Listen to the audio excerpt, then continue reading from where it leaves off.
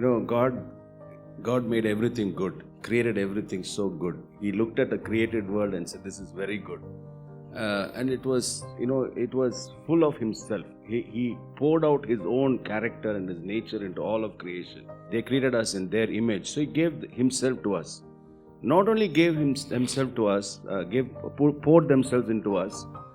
Genesis 1:26 says, gave us dominion over His creation.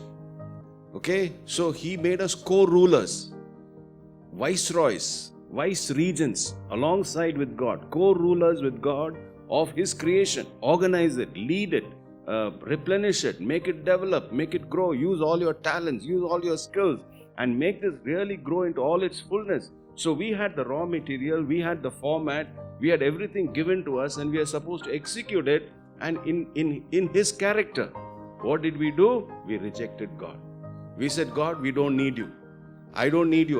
You don't need to, be in charge of my life. I will run my life on my own." This is sin. What is sin? Sin is rebellion. Sin is saying, "God, I don't need you." So today, if there is sin in the world, if there is chaos in the world, if there is sadness in the world, is suffering in the world, it is not because God gave everything good, gave us responsibility, and we have messed it up. So who's responsible for the sadness? You and I, who are made rulers, co-rulers with God. And today we have the audacity to question the Creator and say, "Why is there sadness in the world?" He turns around and looks at us and says, "Look, I gave you the responsibility. I gave you the rulership. I wanted you to organize it, look after it. You went against me, you denied me, you rejected me, and now you are reaping the consequences of your choice." You are not understanding the basics. God is saying, "I gave you responsibility." Now, God could have said, "Okay, you messed it up. Now it's your problem. You now suffer." That's how God could have. Now the loving God says, "I will restore you back to the first position." That's why He came into the world. He went and took the place of us for our sin on the cross, settled the sin problem. And we cannot just say, "Oh, my sin problem has been settled." That's just the first step. He says, "I'm restoring you back to the first position to once again rule the world."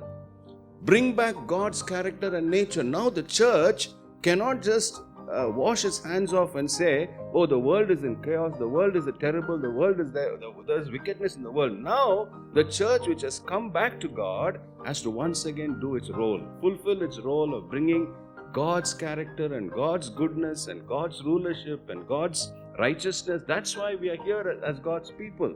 And so, in a way, if people say, "Why is there sadness?" I will have to say, I, as a part of the church, I have not done my part. I have come to Christ, yes, but now I'm supposed to make a difference in society. I have to be the salt. I have to be the light of the world. But church has still got to get off its back and go out into the world and make a difference. But the fact of sin in the world, is because we have rejected God.